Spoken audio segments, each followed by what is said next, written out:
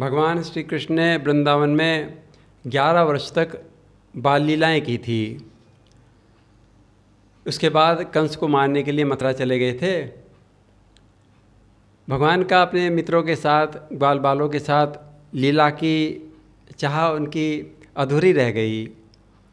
तब भगवान ने कलयुग में श्रीनाथ जी के रूप में अवतार लिया और भगवान के जो सखा थे सब बाल भगवान के भक्त बनकर आए।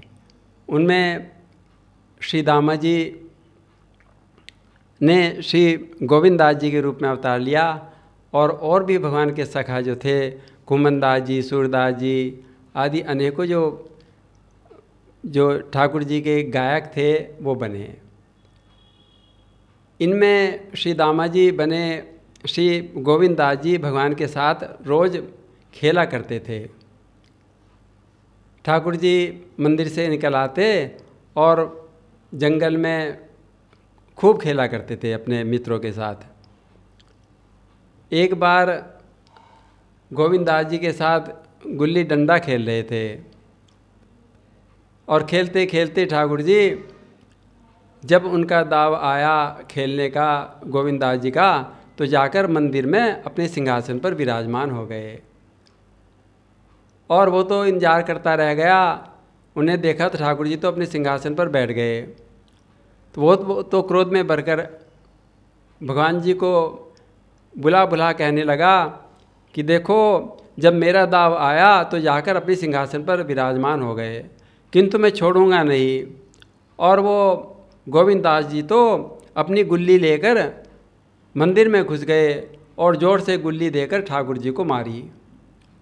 पुजारी जी ने देखा कि ठाकुर जी को यो अपवित्र गुल्ली इसने लड़के ने मारी है, तो मैं तो बहुत क्रोधित हो गए और उसको मंदिर से निकालकर बाहर भगा दिया और खूब डांटा।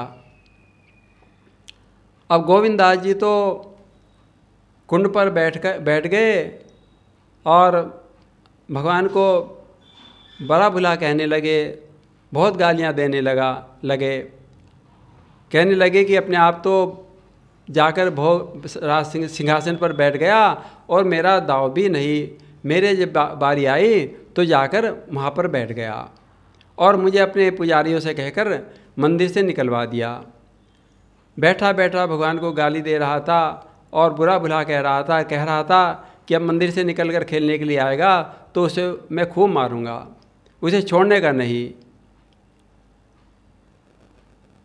अब भगवान जी के आगे भोग आया तो गोसाई जी ने भोग लगाया तो ठाकुर जी तो उदास बैठे थे।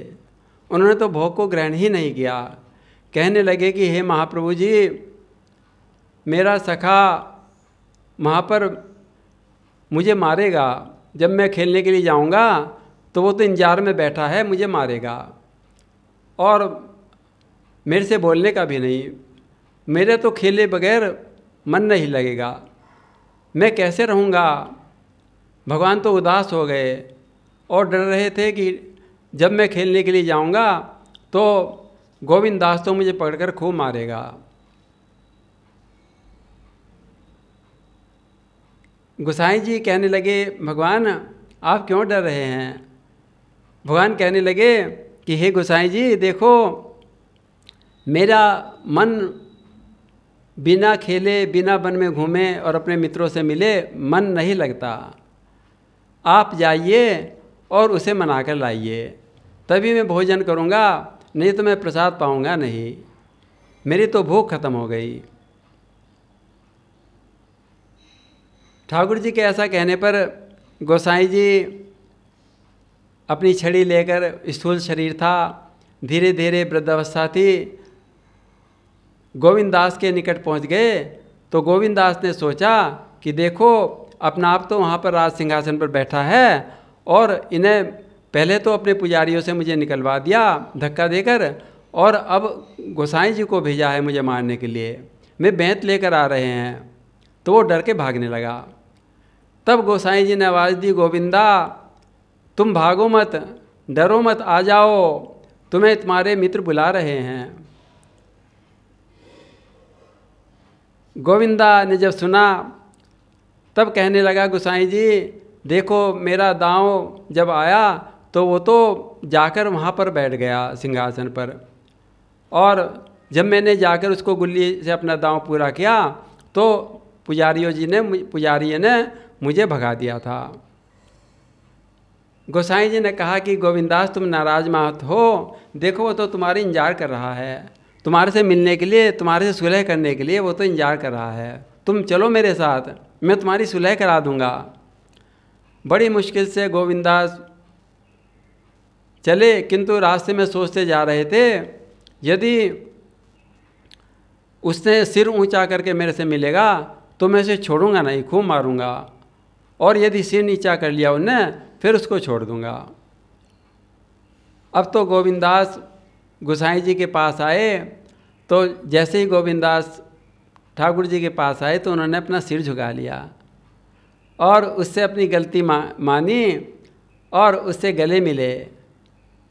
तब गोसाई जी ने दोनों मित्रों की मित्रता कराई दी और भगवान जी प्रसन्न हो गए, और गोविंदास जी के साथ भगवान ने, ठाकुर जी ने तब भोग को आरोगा, और इस प्रकार नित्य प्रति भगवान गोविंदास के साथ खेला करते थे। बोलिए भक्त और भगवान की जय।